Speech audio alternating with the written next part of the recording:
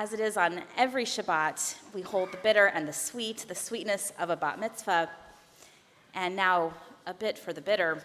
In just a couple of days, we will commemorate Yom Hashoah, Holocaust Remembrance Day, marking 79 years since our people's near annihilation. In our own dark time, I have felt uplifted by the stirring lyrics of the Partisans' anthem, Zog nit kein mol, never say. Never say this is the final road for you, though laden skies may cover over days of blue. As the hour that we longed for is so near, our step beats out the message, we are here. These words were written in 1943 by Hersh Glick, a 20-year-old poet from Lithuania, a member of the United Partisans Organization, the Jewish self-defense movement within the Vilna ghetto that organized armed resistance against the Nazis. Glick wrote the words following the uprising in the Warsaw Ghetto when, with astonishing courage and dignity, the Jews fought back against the Nazis, delaying the liquidation of the ghetto by nearly a month.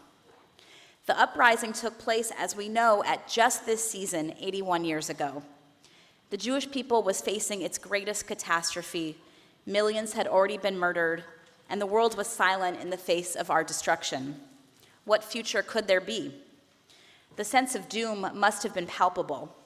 As the partisans sang, this song was sung by people amidst collapsing walls. Yet, Hersh Glick found inspiration in his comrades' act of resistance. He composed an anthem full of hope and determination. This is not the end, he wrote. Never say it is. We will survive. On this Shabbat, we read from Parashat Acharei Mot, literally after death, referring to the death of High Priest Aaron's sons, Nadav and Avihu. The sudden and tragic death of these two young men is actually described 6 chapters earlier. Our Parsha this week has a different focus. It is Acharei, the aftermath. What comes after their deaths? What is the response to profound loss and grief? The Torah gives a somewhat surprising answer. The Parsha begins with a detailed description of the Yom Kippur ritual, intended to remove ritual impurity from the Mishkan, the tabernacle, and to purify the Israelites from their sins. Next come instructions for the proper slaughter of animals and the specific injunction not to eat blood. And finally, in chapter 18, comes a list of sexual boundaries that the Israelites are not to transgress.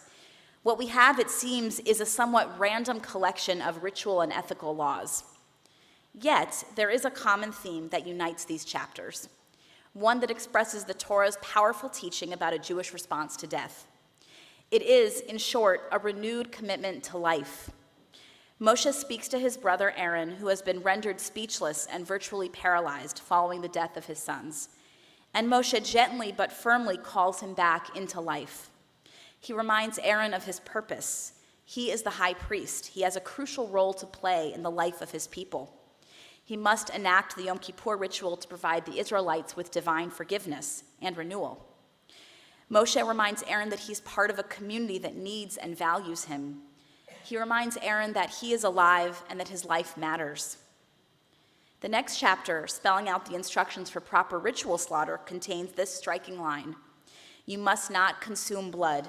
Ki nefesh habasar badam hi. For the life of the animal is in the blood. That is, the blood contains the animal's life force. Blood is not to be taken as nourishment. It must be dashed against the sacrificial altar.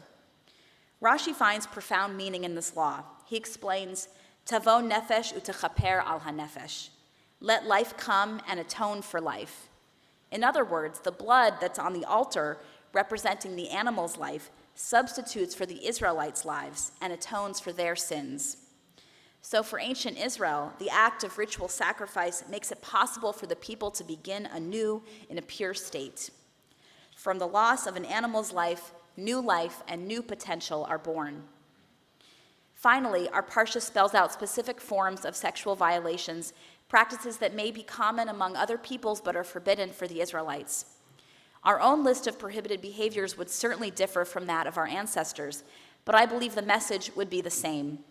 Our sexual conduct, like all other areas of behavior, must be governed by a moral code that celebrates and cherishes life. The act that creates new life should never involve the abuse of power or the degradation of another person.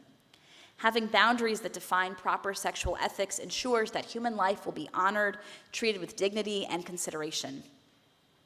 Amazingly, each section of Acharei Mot offers us a meaningful response to death, a renewed commitment to life, a deeper striving for kedusha, holiness, in our ritual and ethical behaviors. In the face of loss and grief, our parsha urges us toward life. It encourages us to take positive steps to re-engage with others. It reminds us to honor all life, including our own, as sacred. This message speaks to us with special power as we approach the time of Holocaust Remembrance. The full name of the day we recall is Yom Hazikaron LaShoah VeLaGvura, the day of remembering the Holocaust and heroism. We remember those who resisted their own annihilation with profound courage, and we honor those who rose up from the ashes to create new life. With their own deeds, they enacted the Torah's lesson. After death, after the shedding of blood, embrace life as the most precious gift. And we in our own time can continue to embrace life. We can dedicate ourselves to the memories of those who perished, name our children for them, tell their stories, sing their songs, study the richness of their culture, and draw inspiration from their deeds. We can savor with gratitude the opportunities they were denied and live our own lives to the fullest. We can strive to embody the values they cherished and practice menschlichkeit, being a good and honorable human being. We can refuse to abandon hope. In these dark days, I'm heartened by the Jewish spirit of resistance. As we said during our Passover Seders, in every generation they rise against us to annihilate us, but the Holy Blessed One saves us from their hand. And as the Yiddish saying goes, mir werden sie überleben, we will outlive them. We will outlive them. We will outlive those who hate us and want to destroy us. We will go on, we will not give in. We will survive and we will flourish as Jews. On April 20th, 1945, 5 days after the Bergen-Belsen concentration camp was liberated, Rabbi Leslie Hardman, a chaplain with the British Army, led an Erev Shabbat service for a few hundred survivors. Knowing that the service was being recorded for the BBC radio service, he proclaimed these words at the conclusion of the service after the singing of Hatikva. Am Yisrael Chai, the people of Israel still lives. Am Yisrael Chai.